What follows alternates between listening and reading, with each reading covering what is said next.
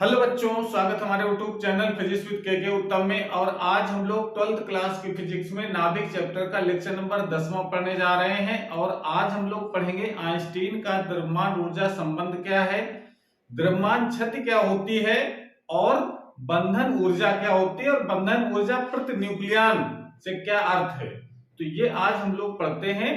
तो शुरू करते हैं हम लोग। आइंस्टीन का द्रव्यमान ऊर्जा संबंध क्या होता है ये आप लोग पढ़ चुके हैं, हमको पता है, आप लोग मालूम है E बराबर जो mc² जो समीकरण आया है उसका क्या मतलब है। ठीक है, तो आज हम लोग डिटेल से इसको पढ़ते हैं। तो इसका क्या मतलब है, आइंस्टीन ने क्या इसके बारे में बताया है। तो जैसा कि हम जानते हैं कि ये आइंस्टीन ने अपनी बात यानी अपना सिद्धांत ये बताया था 1905 ईस्वी में। इसके पहले तक ये माना जा रहा था कि द्रव्यमान और ऊर्जा ये दो अलग अलग चीजें हैं। यानी द्रव्यमान का मतलब होता है किसी वस्तु में उपस्थित पदार्थ की मात्रा कितनी है, ये अलग चीज हो गई। और ऊर्जा यानी किसी वस्तु में कार्य करने की जिसके कारण जो क्षमता होती है उसको हम लोग ऊर्जा कहते हैं। ऊर्जा का मतलब हो गया किसी वस्तु में कार्य करने की क्षमता, ऊर्जा कहते हैं। तो ऊर्जा और द्रव्यमान ये दो अलग अलग चीजें थी। ये आइंस्टीन के जो सिद्धांत है स्पेशल थ्योरी ऑफ रिलेटिविटी, इसके पहले तक ये माना जा रहा था कि इनमें आपस में कोई रिलेशन नहीं। ठीक है ना, यानी द्रव्यमान जो संरक्षण है, यानी द्रव्यमान को न उत्पन्न किया जा सकता है न नष्ट किया जा सकता है, ये अगला सिद्धांत था। ऊर्जा संरक्षण यानी ऊर्जा को न उत्पन्न किया जा सकता है न नष्ट किया जा सकता है, केवल रूप परिवर्तित किया जा सकता है, ये ऊर्जा संरक्षण का सिद्धांत था। इनमें आपस में कोई संबंध नहीं था। ठीक है ना।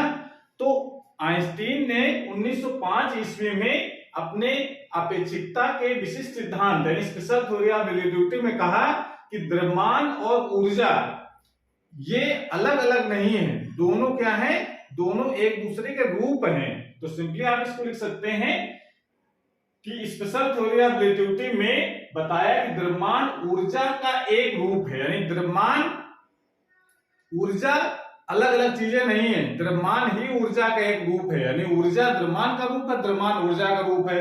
तभी कह सकते हैं कि अर्थात द्रव्यमान तथा ऊर्जा क्या है, समतुल्य है, इक्विवेलेंट है। ये बात आइंस्टीन ने बताई। और उन्होंने कहा कि अगर किसी वस्तु की ऊर्जा बढ़ती है, ठीक है ना, तो इसका मतलब है उसका द्रव्यमान बढ़ रहा है। अगर मान लो हम जैसे पैदल चल रहे हैं और अगर चलने लगते स्थिर अगर अवस्था में, तो जो द्रव्यमान हमारा है, ठीक है ना, वो हमको पता है कि इतना है। लेकिन अगर हम चलने लगे यानी उसमें काइनेटिक एनर्जी आ जाए, दौड़ने लगे हम, तो क्या होगा, ऊर्जा बढ़ जाएगी, यानी गतिज ऊर्जा उस पर आ गई। और गतिज ऊर्जा आने के कारण उसका मतलब उसका द्रव्यमान बढ़ गया। या इसका उल्टा भी लोग कह सकते हैं कि अगर किसी वस्तु से का द्रव्यमान कम हो जाता है तो इसका मतलब है कि उससे उसकी ऊर्जा कम हो गई। ऊर्जा कम होने मतलब उसने ऊर्जा क्या कर दिया, उत्सर्जित कर दिया। तो ये चीज आइंस्टीन ने बताई सबसे पहले। तो उन्होंने एक संबंध बताया कि द्रव्यमान अगर विलुप्त होता है यानी द्रव्यमान कम होता है तो कितनी ऊर्जा उत्सर्जित होती है, या ऊर्जा दी जाए तो उसका द्रव्यमान कितना बढ़ जाएगा। उसके लिए उन्होंने एक संबंध बताया है। संबंध को इस प्रकार से आपको याद रखना है कि यदि किसी वस्तु को डेल्टा ई ऊर्जा दी जाए तो उसके द्रव्यमान में डेल्टा एम की वृद्धि हो जाती। तो डेल्टा एम का मान कितना होगा वो संबंध ले सकते हैं, delta M equal to delta E upon C square. ठीक है ना, डेल्टा ई क्या है, ऊर्जा, जितनी ऊर्जा दी गई। ठीक है ना।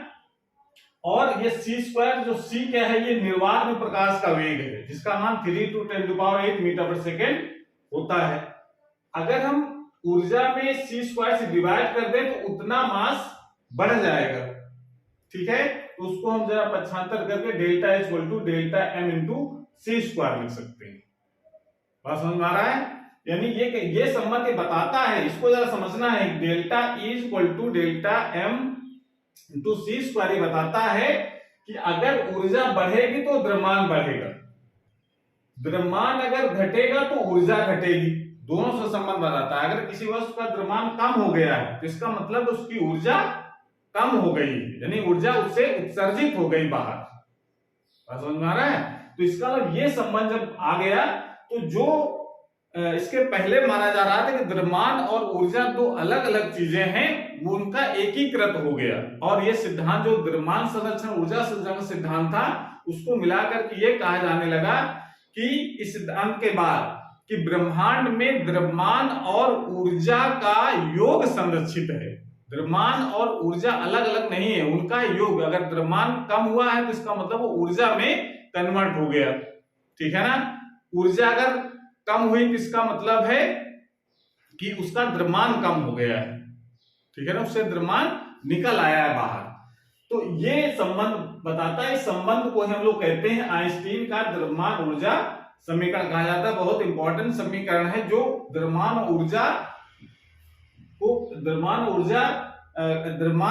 कैसे ऊर्जा में कन्वर्ट होती है या मास को अगर हम कम ज्यादा करके कैसे ऊर्जा को परिवर्तित कर सकते हैं। तो ये संबंध बहुत इंपॉर्टेंट संबंध है। इस संबंध का यूज करते हुए हम लोग पढ़ते हैं द्रव्यमान क्षति क्या होती है, ठीक है ना, इसको कहा जाता है मास डिफेक्ट कहते हैं। बात समझ में आ गया। यानी ये संबंध आइंस्टीन ने जब बताया उसके बाद ये माना जाने लगा कि द्रव्यमान संरक्षण और ऊर्जा संरक्षण अलग अलग नहीं है, द्रव्यमान और ऊर्जा का योग संरक्षित रहता है ब्रह्मांड में। यानी द्रव्यमान ऊर्जा क्या कर दिया उन्होंने, एकीकृत कर दिया गया दोनों सिद्धांतों, ठीक है। इसको नोट कर लीजिए। उसके बाद रेटिंग लगाते हैं हम लोग द्रव्यमान क्षति।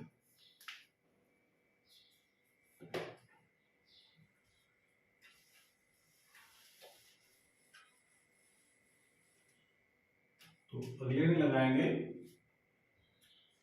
द्रव्यमान क्षति। बहुत इंपॉर्टेंट परिभाषा है द्रव्यमान क्षति, इंग्लिश में कहते हैं इसको मास डिफेक्ट। मास डिफेक्ट इसका मतलब क्या है, ये जैसा हम लोग जानते हैं कोई भी पदार्थ वो परमाणु से मिलकर के बना है और परमाणु के अंदर नाभिक होता है, यानी परमाणु कह सकते हैं परमाणु के अंदर नाभिक होता है। नाभिक का जब निर्माण होता है तो नाभिक किससे मिलकर बना होता है, प्रोटॉन और न्यूट्रॉन से, जिनको हम लोग संयुक्त रूप से क्या कहते हैं, न्यूक्लियन। न्यूक्लियन का मतलब प्रोटॉन और न्यूट्रॉन। तो जैसे अगर मान लो नाभिक का निर्माण जब होता है, ठीक है ना, नाभिक के निर्माण की बात हम लोग कर रहे हैं, तो जब नाभिक का निर्माण होता है तो नाभिक के अंदर क्या होते हैं, प्रोटॉन और न्यूट्रॉन। मान लेते हैं ये प्रोटॉन न्यूट्रॉन हमारे पास है, हमको क्या बनाना है, नाभिक। तो इसमें प्रोटॉन भी है, न्यूट्रॉन भी है, प्रोटॉन है, न्यूट्रॉन है, ऐसे करके प्रोटॉन न्यूट्रॉन हमारे पास ये हैं, अलग अलग अभी हमको पता है। इनको जब ये आपस में जब मिल करके नाभिक बनाते हैं, ठीक है ना, जो नाभिक जब बनाएंगे, ठीक है, ये नाभिक का निर्माण करने लगेंगे इसके अंदर, ये इस तरीके से ये,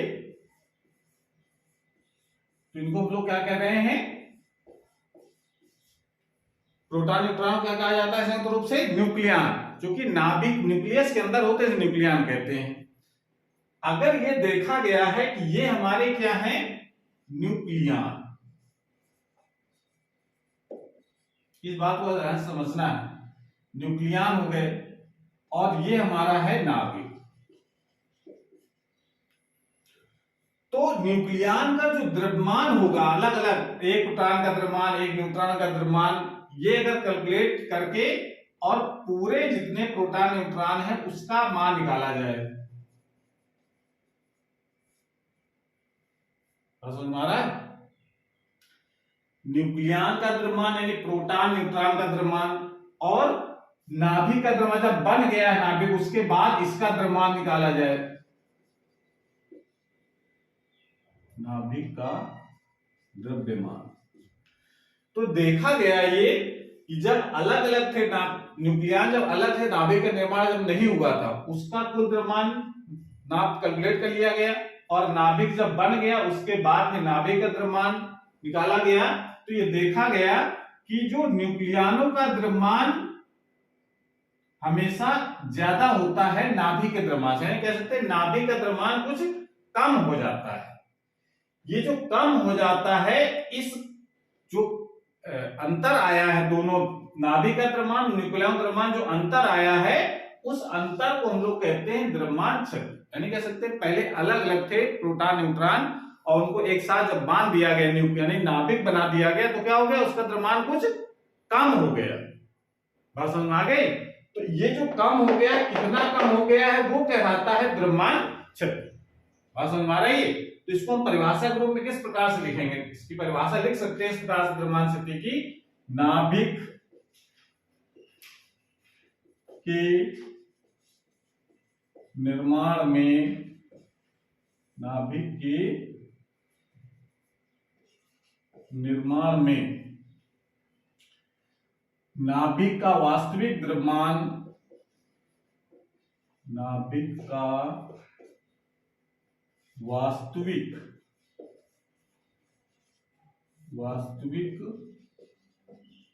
द्रव्यमान, जिसको हम लोग लिख सकते हैं mass of N M N, इसको लिख सिंबल के रूप में लिखो। नाभिक, एन का मतलब न्यूक्लियस है, कैपिटल लेटर एन लिखा। अभी जब न्यूट्रॉन का द्रव्यमान बात करें उसको स्मॉल एन का यूज करेंगे सिंबल। तो नाभिक के निर्माण में नाभिक का वास्तविक द्रव्यमान न्यूक्लियानो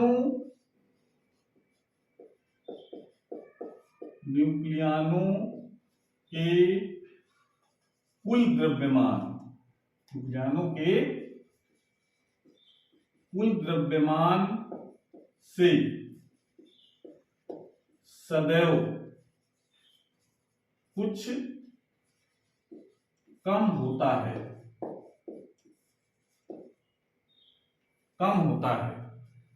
द्रव्यमान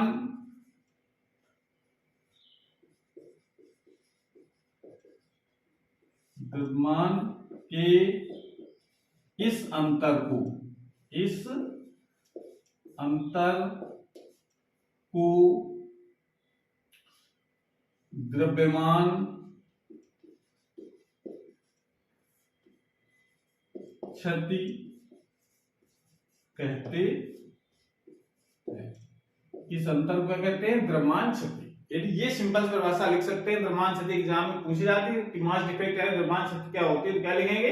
नाभिक के निर्माण में, जब नाभिक का निर्माण होता है, भाषा लिख सकते हैं, नाभिक के निर्माण में नाभिक का वास्तविक द्रव्यमान न्यूक्लियानो के कुल द्रव्यमान से सदैव कुछ कम होता है। न्यूक्लियानो के कुल द्रव्यमान से सदैव कम होता है, द्रव्यमान के इस अंतर को द्रव्यमान क्षति कहते हैं। यानी द्रव्यमान क्षति का सिंबल भी हम लोग यूज करते हैं, हम लोग इसे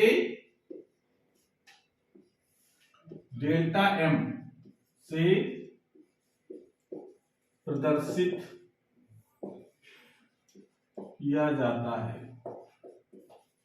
ये परिभाषा लिख सकते हैं। मतलब आप ये समझ में आया कि अगर कोई ये जो पार्टिकल्स हैं, मूल कण है, प्रोटॉन न्यूट्रॉन, ये अलग अलग हैं तो उनका द्रव्यमान ज्यादा है। जब उनको एक बोरे में भर दिया, बोरे भरने मतलब नाभिक के अंदर जब हो गए तो क्या हो गया?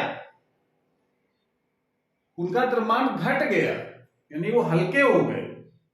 टोटल जो मास था वो क्या हो गया? कम हो गया। तो जितना कम हो गया है उसी को हम लोग क्या कहते हैं? द्रव्यमान क्षति, यानी मास डिफेक्ट कहा जाता है उसको। तो अब ये देखो, अभी हम लोगों ने पढ़ा है कि जब मास कम होगा तो क्या होगा? ऊर्जा भी कम हो जाएगी। यानी ऊर्जा कम होने का मतलब उससे ऊर्जा बाहर निकलेगी, तभी तो कम आएगी। तो इसका मतलब है, सिंपली भाषा में कह सकते हैं कि जब नाभिक का निर्माण होता है तो उसमें कुछ द्रव्यमान विलुप्त हो जाता है, और जब विलुप्त द्रव्यमान हो जाएगा तो क्या होगा? नाभिक से ऊर्जा बाहर निकल आएगी। तो जो ऊर्जा बाहर निकलती है वो ऊर्जा का काम क्या होता है? इन न्यूक्लियानों को आपस में बांधे रखना। तो उसी, चूंकि न्यूक्लियानों को बांधे रखने का काम कौन करता है? जो उत्सर्जित ऊर्जा है, जो द्रव्यमान क्षति के कारण उत्पन्न हुई है, इसलिए उस ऊर्जा का नाम होता है नाभिक की बंधन ऊर्जा कहते हैं। क्लियर हुआ? बंधन ऊर्जा मतलब बाइंडिंग एनर्जी, ऐसी एनर्जी जो न्यूक्लियानों को आपस में बांधे रखे। न्यूक्लियानों से मतलब प्रोटॉन प्लस न्यूट्रॉन को आपस में बांध कर रखने वाली जो ऊर्जा होती है उसको क्या कहते हैं हम लोग? बंधन ऊर्जा। कहां से आती है? नाभिक के निर्माण में जो द्रव्यमान क्षति हुई है, जो द्रव्यमान विलुप्त हुआ है, तो आइंस्टीन का सिद्धांत कहता है कि द्रव्यमान अगर विलुप्त हुआ है, द्रव्यमान कम हुआ है, तो वो द्रव्यमान किसमें कन्वर्ट हो जाएगा? ऊर्जा। तो वो ऊर्जा जो कम हो गई है, द्रव्यमान कम होने का मतलब ऊर्जा उत्सर्जित हुई उससे, वो उत्सर्जित ऊर्जा ही हमारी क्या कहलाती है? बंधन ऊर्जा कहते हैं। बंधन ऊर्जा की परिभाषा हम लोग जानेंगे और बढ़िया से।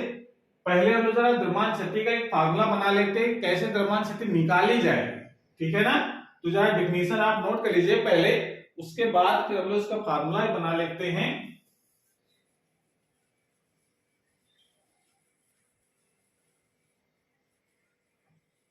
अब जरा देखो इसका फार्मूला कैसे लिखा जाए। द्रव्यमान शक्ति का मतलब यहां से द्रव्यमान क्षति यानी डेल्टा एम बराबर कैसे लिखा जाएगा? जो न्यूक्लियनों का द्रव्यमान है, न्यूक्लियनों का द्रव्यमान, उसमें से अगर हम वास्तविक द्रव्यमान को घटा देना नाभिक के, तो द्रव्यमान शक्ति निकल आएगी। तो न्यूक्लियनों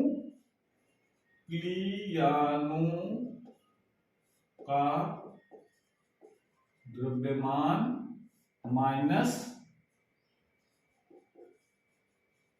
नाभिक का द्रव्यमान, यह आ जाएगा वास्तविक द्रव्यमान, नाभिक का द्रव्यमान। ये नाभिक का द्रव्यमान हो गया, नाभिक के निर्माण होने के बाद जो द्रव्यमान है, और ये न्यूक्लियनों का द्रव्यमान है, अलग अलग पार्ट। तो न्यूक्लियनों का द्रव्यमान कैसे निकाला जाएगा? जैसे हम ये सिंबल जानते हैं कि अगर कोई भी तत्व है तो हम लोग यहाँ पर ए लिखते हैं, जिसको कहा जाता है द्रव्यमान संख्या, और यहाँ पर लिखा जाता है जेड, जिसको कहा जाता है परमाणु क्रमांक। इसके हिसाब से देखो प्रोटॉनों की संख्या क्या होगी?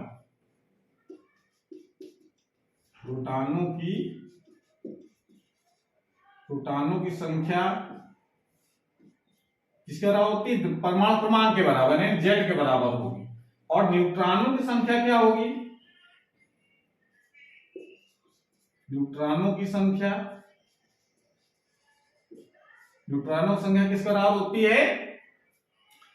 ये जो ए लिखा है इसमें, ये क्या होता है? ये तो प्रोटॉन प्लस न्यूट्रॉन का योग है, ठीक है ना? तो इसका मतलब न्यूट्रॉनों से निकालने क्या करना पड़ेगा हमको? ए माइनस जेड। ये तो करते हैं हम लोग। न्यूट्रॉन से कैसे निकाले जाएंगे? ये ए क्या होता है? प्रोटॉन प्लस न्यूट्रॉन होता है। न्यूट्रॉन निकालना है तो इसका मतलब है कि कुल में से हम प्रोटॉन संख्या को निकाल लेते हैं। तो ए माइनस जेड क्या हो जाएगा? प्रोटॉनों की संख्या। अब तो इसके साथ न्यूक्लियनों का द्रव्यमान निकालना, तो क्या करना पड़ेगा हमको? प्रोटॉनों का द्रव्यमान, ध्यान से समझना है इसको, प्रोटॉनों का द्रव्यमान प्लस न्यूट्रॉनों का द्रव्यमान, और माइनस नाभिक का द्रव्यमान को सिंबल हम लोग लिख सकते हैं। नाभिक का द्रव्यमान क्या लिखा गया है? कैपिटल एम और कैपिटल एल सफिक्स में लगाया गया है। तो ये नाभिक का द्रव्यमान हो गया। प्रोटॉनों का द्रव्यमान अगर लिखना है तो एक प्रोटॉन का द्रव्यमान हम लोग क्या लिखते हैं? एमपी से। प्रोटॉन का द्रव्यमान, एक प्रोटॉन का द्रव्यमान हुआ है, ठीक है ना? और उसमें टोटल प्रोटॉन कितने हैं? जेड। तो टोटल प्रोटॉन का द्रव्यमान कितना हो गया? Z into MP. एमपी का मतलब एक प्रोटॉन का द्रव्यमान, जेड का मतलब प्रोटॉनों की संख्या कितनी है। तो टोटल प्रोटॉनों का द्रव्यमान आ गया, प्लस न्यूट्रॉनों का द्रव्यमान निकालना है तो न्यूट्रॉनों का द्रव्यमान, न्यूट्रॉनों की संख्या ए माइनस जेड और इंटू मास ऑफ न्यूट्रॉन। इसमें मास ऑफ न्यूट्रॉन यानी सिंबल थोड़ा सा अंतर, देखो अंतर का याद रखना है। स्मॉल एन जो सफिक्स में लगाया है वो न्यूट्रॉनों का द्रव्यमान का सिंबल है, कैपिटल एन लगा है यानी न्यूक्लियस का द्रव्यमान है, और माइनस ये जो आया है न्यूक्लियस का द्रव्यमान। ये हमारा होता है डेल्टा। इस फार्मूले की मदद से हम लोग निकालते हैं कि कितना मास कम हो गया है नाभिक के निर्माण में। बात समझ आ रहा है? इस प्रकार से हमने ये निकाल लिया। तो अब जब मास कम हो गया, नाभिक के निर्माण हो, तो क्या हो गया? मास कम हो गया। मास कम हो गया इसका मतलब उससे ऊर्जा उत्सर्जित हो गई। ये तो मतलब हुआ। अगर मास विलुप्त होता है तो इसका मतलब है कि ऊर्जा में कन्वर्ट हो जाता है। तो ऊर्जा कन्वर्ट होने वाला अगर मास कम हुआ है तो इसका ऊर्जा कम हुई, ऊर्जा कम होने वाला उससे ऊर्जा उत्सर्जित हो गई बाहर। तो कितनी ऊर्जा उत्सर्जित हुई, वो उत्सर्जित ऊर्जा निकाल सकते हैं। उत्सर्जित ऊर्जा, उत्सर्जित ऊर्जा डेल्टा ई ये कितनी होगी, वो हो जाएगी delta M into C square. Delta M कितना मास कम हो गया, कितना मास विलुप्त हुआ है। तो इसका मतलब अगर किसी नाभिक से या किसी पदार्थ से अगर डेल्टा एम मास अगर विलुप्त हुआ है तो आइंस्टीन कहते हैं उससे ऊर्जा कितनी ऊर्जा उत्सर्जित होती है, डेल्टा ई, और उसका ई का मान कितना हो जाएगा, delta M into C square. इसका मतलब है कि अगर डेल्टा ई इक्वल टू निकालें तो डेल्टा एम वैल्यू लगा दो, ये Z M P plus A minus Z M N minus M N into C square. इस समीकरण की मदद से उत्सर्जित ऊर्जा का मान निकाल सकते हैं। और इस उत्सर्जित ऊर्जा को लोग क्या कहते हैं, इस उत्सर्जित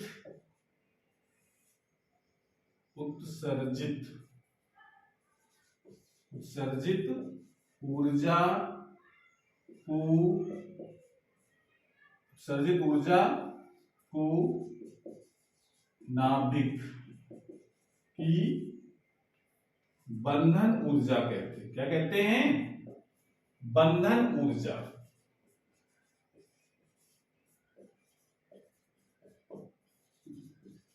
बाइंडिंग एनर्जी इसको कहा जाता है। इस उत्सर्जित ऊर्जा को नाभिक की बंधन ऊर्जा कहते हैं। तो इस तरीके से ये क्लियर हो गया कि जब कोई नाभिक का निर्माण होता है तो उससे कुछ ऊर्जा विलुप्त हो जाती है, और ऊर्जा जब विलुप्त हो जाती है तो वो उससे ऊर्जा बाहर निकलती। विलुप्त होने का मतलब ऊर्जा कम हो गई, कम कैसे हो जाए, उससे बाहर ऊर्जा निकलेगी। तो जो ऊर्जा निकलती है उसको हम लोग क्या कहते हैं, बंधन ऊर्जा कहते हैं। और ये बंधन ऊर्जा ऐसी होती है जो नाभिक में उपस्थित न्यूक्लियनों को आपस में बांधे रखती है। समझ में आ रहा है, बंधन ऊर्जा का मतलब बांधे रखना, किसको, न्यूक्लियनों को। यानी जैसे नाभिक के अंदर प्रोटॉन न्यूट्रॉन ये होते हैं, ठीक है। अगर ये बंधन ऊर्जा अगर ना अगर होती है तो क्या होता है, ये प्रोटॉन एक दूसरे को रिपल करते, दोनों प्लस चार्ज होता, क्या करते दोनों एक दूसरे को प्रतिकर्षित करते। प्रतिकर्षित होने के कारण ये नाभिक से बाहर आ जाते हैं, नाभिक टूट जाता है, सिंपली कह सकते थे। लेकिन इस ऊर्जा के कारण ये प्रोटॉन न्यूट्रॉन ये सब आपस में क्या होते हैं, अट्रैक्शन फोर्स लगाते हैं हमेशा, ठीक है ना। तो इसको हम लोग कहा जाता है, जिस ऊर्जा से बंधे रहते हैं उस ऊर्जा को लोग बंधन ऊर्जा कहते हैं, ठीक है ना।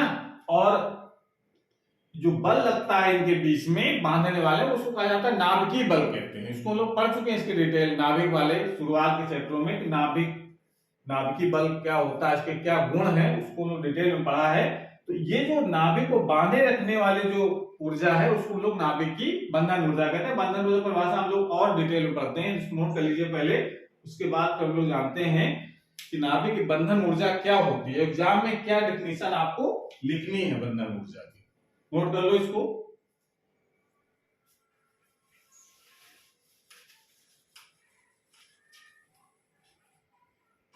तो लगाएंगे नाभिक की बंधन ऊर्जा, नाभिक की बंधन ऊर्जा, बाइंडिंग एनर्जी,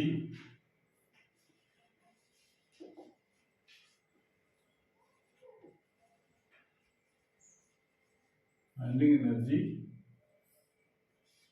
क्या होती है ये हमको जरा जानना है। Binding energy of nucleus. तो बाइंडिंग एनर्जी का मतलब तो अभी हम लोगों ने सीखा, जरा उस चीज को परिभाषा कैसे लिखेंगे हम लोग, जब प्रोटॉन तथा न्यूट्रॉन मिलकर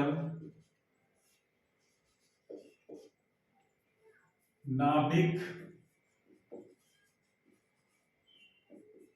का निर्माण करते हैं तो नाभिक से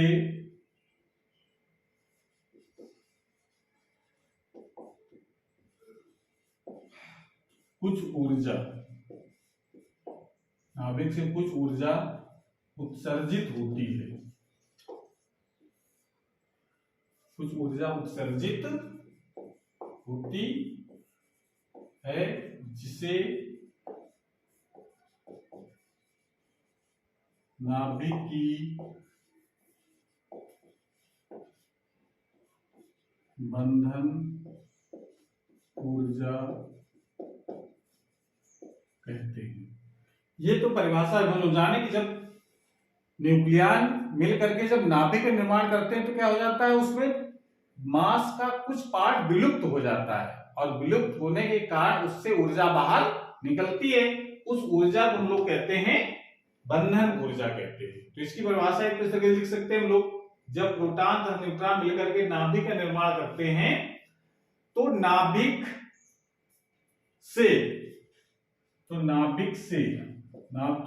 से कुछ ऊर्जा उत्सर्जित होती है जिसे नाभिक की बंधन ऊर्जा कहते हैं। ठीक है ना। अथवा इसकी परिभाषा हम लोग उल्टा भी लिख सकते हैं, इसको जो किताबों में लिखी है वही और वह एग्जाम में भी लिखते हैं हम लोग, जो परिभाषा अब लिखने जा रहे हैं।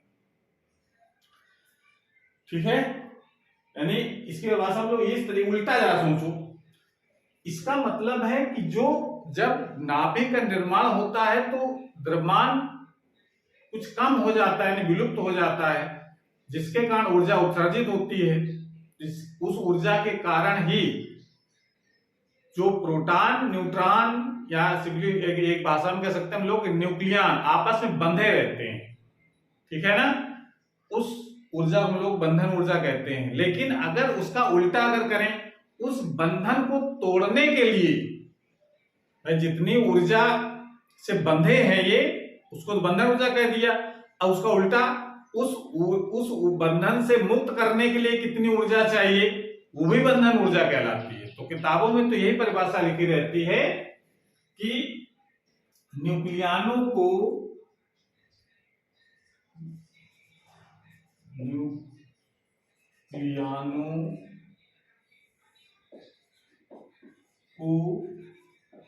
अलग अलग करने के लिए, न्यूक्लियनों को अलग अलग करने के लिए जितनी ऊर्जा की आवश्यकता होती है उसे नाभिक की बंधन ऊर्जा कहते हैं।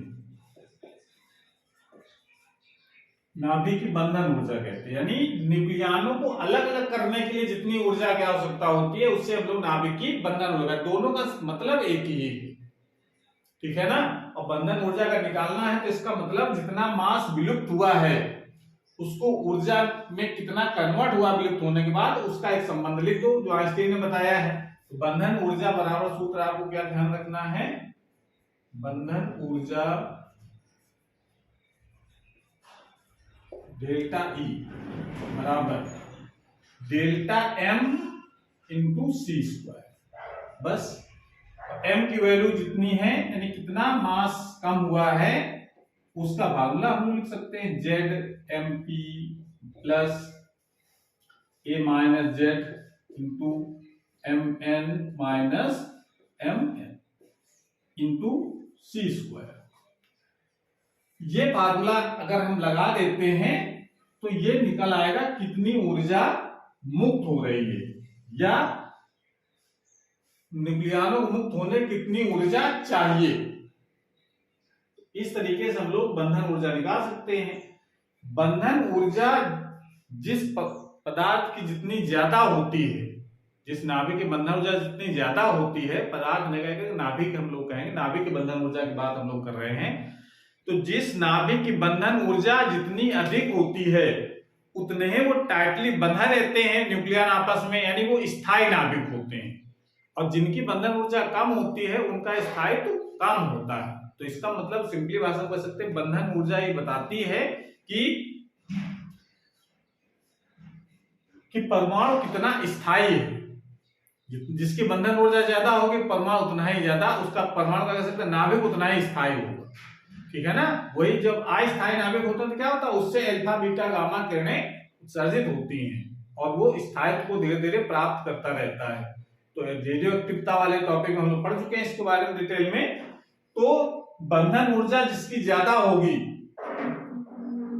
वो उतना ही स्थायी होगा, लेकिन ये बात 100% सही नहीं। बंधन ऊर्जा जिसकी ज्यादा होगी वो परमाणु उतना ही अधिक स्थायी। उसका कारण ये है कि जैसे अगर हम बात करते हैं, एग्जाम्पल लेते हैं हम लोग बंधन ऊर्जा के लिए, जैसे अगर हम मान लेते हैं लोहे का है Fe56 की बंधन ऊर्जा की कैलकुलेशन अगर की जाए,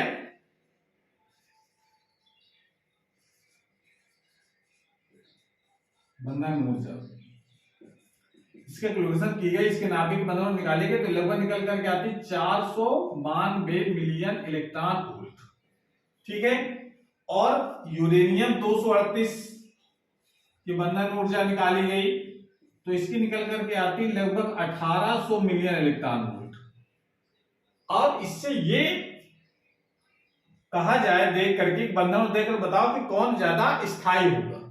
तो जाहिर सी बात देखने से लग रहा है जिसकी बंधन ज्यादा होगी वो अधिक स्थायी होगा। ठीक है ना। तो इसका मतलब 1800 बंधन ऊर्जा इसकी है मिलियन इलेक्ट्रॉन वोल्ट में, इसका मतलब यूरेनियम ज्यादा स्थायी होगा और Fe यानी लोहा जो है कम स्थायी होगा। पर ऐसा नहीं, क्यों नहीं है? क्योंकि अगर हम बंधन ऊर्जा प्रति न्यूक्लियन निकालें, यानी न्यूक्लियन कितने हैं, प्रति न्यूक्लियन एक न्यूक्लियन को बंधने के लिए कितनी ऊर्जा चाहिए, तो क्लियर हो पाएगा। इसका मतलब अगर इसकी बंधन ऊर्जा अगर निकालें प्रति न्यूक्लियन में कि 56 न्यूक्लियन है इसमें, प्रोटॉन न्यूट्रॉन कितने हैं 56, तो अगर हम इसको 492 बटे 56 करें तो इसको डिवाइड करने पर लगभग आता है वो 8.78 मिलियन इलेक्ट्रॉन वोल्ट। और इसको अगर डिवाइड करते हैं 1800 में, कितने से करना पैसे न्यूक्लियन कितने हैं 238, तो 238 से डिवाइड करें तो ये आता है 7.56 मिलियन इलेक्ट्रॉन वोल्ट। अगर देखो प्रति न्यूक्लियन अगर निकाले तो 8.78 मिलियन इलेक्ट्रॉन वोल्ट है, और इसमें नहीं प्रति न्यूक्लियन का 7.56 मिलियन इलेक्ट्रॉन वोल्ट है। इसका मतलब प्रति न्यूक्लियन बंधन ऊर्जा इसकी ज्यादा है लोहे की। तभी कहा जाता है लोहा यूरेनियम अपेक्षा ज्यादा स्थायी है। केवल बंधन ऊर्जा देकर के नहीं बता सकते हैं कि कौन ज्यादा स्थायी होगा, प्रति न्यूक्लियन निकालोगे तो पता चलेगा कि कौन ज्यादा स्थायी। प्रति न्यूक्लियन मतलब एक न्यूक्लियन को बंधने की इतनी ऊर्जा चाहिए, इसमें उतनी ऊर्जा है और इसमें इतनी ऊर्जा है, तो ये ज्यादा है, ज्यादा टाइटली बंधा होगा ऊर्जा से, ये थोड़ा कम टाइटली होगा, तो इसका मतलब ये अस्थायी होगा, ये स्थायी होगा। तभी कहा जाता है कि बंधन ऊर्जा तो ज्यादा है यूरेनियम की, लेकिन उसके बावजूद भी यूरेनियम अस्थायी है आयरन की अपेक्षा। ये बात समझ में आई कि नहीं आई? तो इसका मतलब है कि बंधन ऊर्जा निकालने से काम नहीं चलता है, बंधन जब प्रति न्यूक्लियन निकालते हैं। जैसे एग्जांपल का बता देखो, एक जनरल सी बात, जैसे अगर हम ये कह दें दो घर हैं और इस घर की जो इनकम है जो, ठीक है ना, वो मान लेते हैं 1 लाख रुपए है। ठीक है।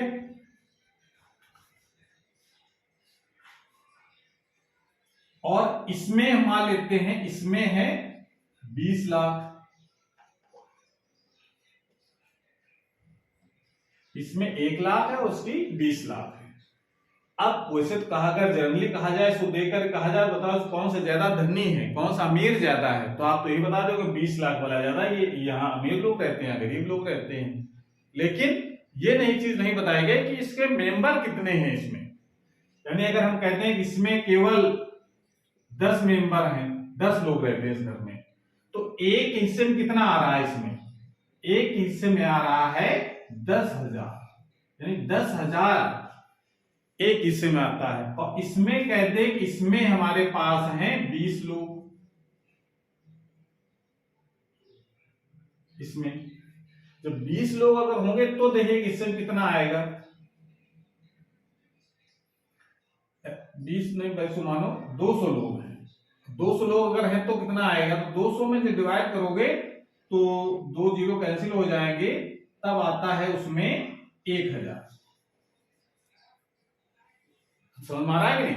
मतलब कि 2 घर हो गए, इनकम उनकी 1 लाख है, इसकी 20 लाख है इस घर की। वो तो अगर इनकम देखोगे तब तो ये अमीर ये गरीब, लेकिन अगर मेंबर देखो घर में कितने हैं, कितने वो इनकम कितने लोगों में डिस्ट्रीब्यूशन हो रही है, तो 10 मेंबर हैं, तो उसमें एक को मिल रहा है 10,000 रुपए, 10,000 रुपया उस एक मेंबर की इनकम हो गई। और इसमें 200 लोग इस घर में रहते हैं, 200 लोग रहते हैं, तो एक हिस्से में कितना आ रहा, केवल 1000। तो अब कौन ज्यादा अमीर हुआ बताओ? ये जिसकी इनकम 1 लाख थी वो ज्यादा अमीर है, क्योंकि उसको एक मेंबर को एडजस्ट होने के लिए 10,000 रुपए मिल रहे हैं, और उसको रहने के लिए केवल 1000 मिल रहा है। तो देखा जाए कि ये ज्यादा अमीर है उसके हिसाब से। बिल्कुल सेम कंडीशन यहाँ पर भी है। देखने में जरूर लग रहा है कि यूरेनियम की बंधन ऊर्जा 1800 है, लेकिन बंधने के लिए एक न्यूक्लियॉन कितनी चाहिए, इतनी 7.56। तो इसका मतलब ये कम ऊर्जा है, ये अधिक ऊर्जा है, उसको बंधने के लिए 56 मेंबर हैं, तो उसका मतलब इसको ज्यादा ऊर्जा चाहिए, तो ज्यादा स्थायी है। इस प्रकार समझ सकते हैं बंधन ऊर्जा से काम चलता है, बंधन ऊर्जा प्रति न्यूक्लियॉन निकालना पड़ता है। बात समझ में आ रही है? इसका मतलब है कि आप इसको इस चीज को लिख सकते हैं, जब भी कैलकुलेट करा जाता है तो इसमें बंधन ऊर्जा प्रति न्यूक्लियॉन ही निकालते हैं। बंधन ऊर्जा प्रति न्यूक्लियॉन निकालेंगे तो ही कंफर्म हो पाएगा कि कौन नाभिक अधिक स्थायी है, कौन सा कम स्थायी है। तो बंधन ऊर्जा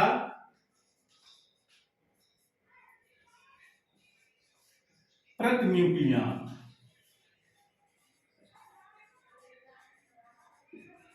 बंधन ऊर्जा प्रति न्यूक्लियॉन बराबर कितनी होगी, जितनी बंधन ऊर्जा है उसमें हम क्या कर देंगे, न्यूक्लियनों से डिवाइड, तो निकल आती बंधन ऊर्जा प्रति न्यूक्लियॉन कितनी होती है। और इसी से पता चलता है कि परमाणु कितना स्थायी है, कितना कम स्थायी है, यानी कौन कम स्थायी है, कौन अधिक स्थायी है। तो प्रति न्यूक्लियॉन का मास समझ में आया कि बंधन ऊर्जा और बंधन ऊर्जा प्रति न्यूक्लियॉन की कैलकुलेशन क्यों करनी पड़ी। ठीक है, तो प्रति न्यूक्लियॉन जब निकालोगे तब कंफर्म होगा कि कौन नाभिक अधिक स्थायी है, कौन सा कम स्थायी है। ठीक है, तो इस तरीके से हम लोग इस चीज को समझ सकते हैं। डेफिनेशन एग्जाम में कोई भी लिख सकते हैं, लेकिन बुकों में ज्यादातर डेफिनेशन ये वाली आपको लिखी मिलती है। न्यूक्लियनों को अलग अलग करने के लिए, न्यूक्लियन कौन से, नाभिक के न्यूक्लियन अलग करने के लिए जितनी ऊर्जा की आवश्यकता होती है उसे नाभिक की बंधन ऊर्जा कहते हैं। क्लियर हो गया? नोट कर लो, इसको नोट कर लिया। और एक बहुत इंपॉर्टेंट एक फार्मूला समझ सकते हैं उसको हमेशा यूज करना है कि अगर कोई भी द्रव्यमान विलुप्त होता है तो उसके इससे कितनी ऊर्जा निकलती है। वैसे तो हमको फार्मूला पता चल गया है, delta equal to delta M into C square कर देंगे तो अगर द्रव्यमान विलुप्त हुआ है पता है तो ऊर्जा कितनी उत्सर्जित होगी ये कैलकुलेट हो जाएगी। लेकिन एक डायरेक्ट फार्मूला हम लोग बहुत इंपॉर्टेंट फार्मूला उसको याद रखना है। तो क्वेश्चन है, क्वेश्चन के रूप में आप देख सकते हैं। क्वेश्चन है कि एक एमयू, एमयू किसका मतलब होता है, द्रव्यमान का, बहुत छोटे कणों के लिए यूज किया जाता है, एटॉमिक मास यूनिट हम लोग जानते हैं। एक एमयू द्रव्यमान विलुप्त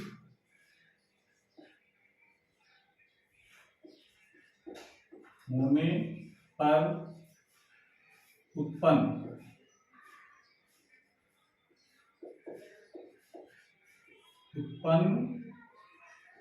ऊर्जा की गणना कीजिए। ये अगर कैलकुलेट करना हो तो एक एमयू, एक मतलब बहुत ही कम द्रव्यमान अगर विलुप्त हो तो कितनी ऊर्जा निकलेगी, तो एमयू लेकर के चल रहे हैं हम लोग। तो इसको करने के लिए ये हमको पता है एक एमयू बराबर होता है, अगर किलोग्राम में चेंज करें इसको, एक एमयू बराबर होता है 1.66 इंटू 10⁻⁻27 किलोग्राम। ये हो गया, यानी ये जो काम कर रहा है इसका काम करेगा डेल्टा एम, यानी मास डिफेक्ट कितना हुआ जो विलुप्त हुआ है। जब मास डिफेक्ट पता है तो कितनी ऊर्जा निकलेगी, delta E equal to formula लगाते हैं जो आइंस्टीन ने बताया, delta M into C square. Delta M का मान लगा दो 1.66 इंटू 10⁻⁻27 इंटू सी का मान होता है 3 इंटू 10⁸ मीटर पर सेकंड, उसका स्क्वायर। इसको जब सॉल्व करोगे तो इसको सॉल्व करने पर लगभग आता है ये 1.49 इंटू 10⁻⁻10 जूल एनर्जी आएगा, किसमें लिखा जाएगा, जूल। इतनी ऊर्जा निकल करके आ जाती है। इसको लगभग सॉल्व करो, लगभग हमने लिखा है, ठीक है ना, इतनी ऊर्जा निकल आई। अगर इसको हम चेंज करना चाहें इलेक्ट्रॉन वोल्ट में, तो एक इलेक्ट्रॉन वोल्ट में कितने जूल होते हैं, 1.6 10⁻⁻19 जूल। तो जूल को इलेक्ट्रॉन वोल्ट चेंज करना है तो डिवाइड करना पड़ेगा, ठीक है ना। एक इलेक्ट्रॉन वोल्ट में तो एक जूल में कितनी हो जाएगी, 1/1.6 10⁻⁻19 इलेक्ट्रॉन वोल्ट। इसका मतलब है कि अगर इलेक्ट्रॉन वोल्ट में चेंज करना है तो 1.49 into 10⁻10 upon 1.6 into 10⁻19 electron volt में कन्वर्ट कर लिया हमने, ठीक है। इसको सॉल्व करोगे तो इसका मान लगभग निकल करके आता है 0.931 इंटू 10⁹ इलेक्ट्रॉन वोल्ट, इतना हो जाएगी वैल्यू लगभग। अब जरा मिलियन इलेक्ट्रॉन वोल्ट चेंज करना अगर है तो क्या करेंगे, ये समझ, 1 मिलियन इलेक्ट्रॉन वोल्ट में होते हैं 10⁶ इलेक्ट्रॉन वोल्ट। एक इलेक्ट्रॉन वोल्ट कितने हो जाएंगे, 1/10⁶। तो इसका मतलब इसमें हमको डिवाइड करना पड़ेगा 9.931 10⁹ अपॉन 10⁶। ये करना हो जाएगा मिलियन इलेक्ट्रॉन वोल्ट में, या इसको मेगा इलेक्ट्रॉन वोल्ट भी लोग कहते हैं।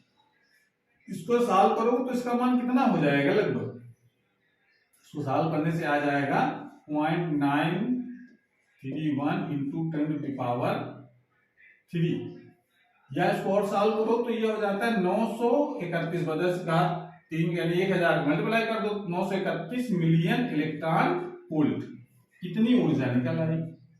तो ये एक संबंध है किसका, मतलब एक इलेक्ट्रॉन वोल्ट यानी एक एमयू, इलेक्ट्रॉन वोल्ट मतलब एक एमयू अगर द्रव्यमान विलुप्त हो तो कितनी ऊर्जा निकलती है, 931 मिलियन इलेक्ट्रॉन वोल्ट। तो आपको संबंध याद रखना है, ये संबंध कौन से याद रखेंगे, एक एमयू ये बराबर होता है कितनी ऊर्जा के बराबर, 931 मिलियन इलेक्ट्रॉन वोल्ट के बराबर होता है।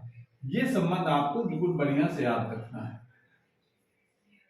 अगर हमको एक एमयू में 931 मिलियन इलेक्ट्रॉन वोल्ट, 2 एमयू होगा तो 2 इंटू 9 931 मिलियन इलेक्ट्रॉन, 3 है तो 3, 4 है तो 4 मल्टीप्लाई, 5 है तो 5 मल्टीप्लाई, ऐसे करके अगर मास डिफेक्ट यानी द्रव्यमान क्षति अगर हमको एमयू में पता है तो जितना एमयू द्रव्यमान क्षति हुई है उसमें 931 का मल्टीप्लाई कर दो तो इतने इलेक्ट्रॉन वोल्ट मिले, इलेक्ट्रॉन वोल्ट उतनी ऊर्जा उससे उत्सर्जित होगी, उतनी उसकी बंधन ऊर्जा होगी अगर नाभिक की बात होगी।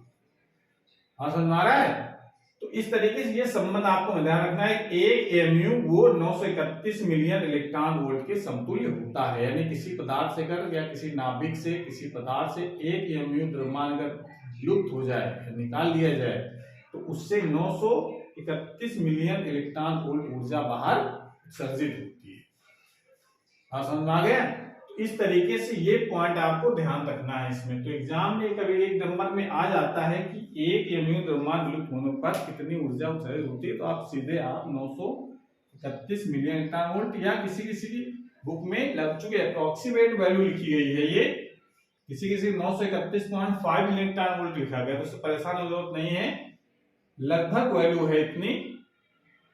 न्यूमेरिकल के लिए हम 931 यूज कर लेते हैं, कैलकुलेशन में थोड़ी आराम होती है, वैसे तो 931.5 मिलियन इलेक्ट्रॉन वोल्ट ऊर्जा लिखी जाती है। ठीक है, तो ये अप्रोक्सीमेट वैल्यू इतनी निकाल ली गई है। तो इस तरीके से ये तीन बातें हम लोग आज समझ गए कि द्रव्यमान ऊर्जा संबंध क्या होता है, और मास डिफेक्ट यानी द्रव्यमान क्षति क्या होती है, और बंधन ऊर्जा क्या होती है, और बंधन ऊर्जा प्रति न्यूक्लियन का क्या अर्थ है। ठीक है ना, और एक एमयू द्रव्यमान विलुप्त होने से कितनी ऊर्जा उत्सर्जित होती है। ठीक है, तो आज क्लास हमारी पर समाप्त होती है। अगली क्लास में हम लोग नए टॉपिक के साथ आएंगे, तब तक पढ़ाई करते रहिए। Thank you.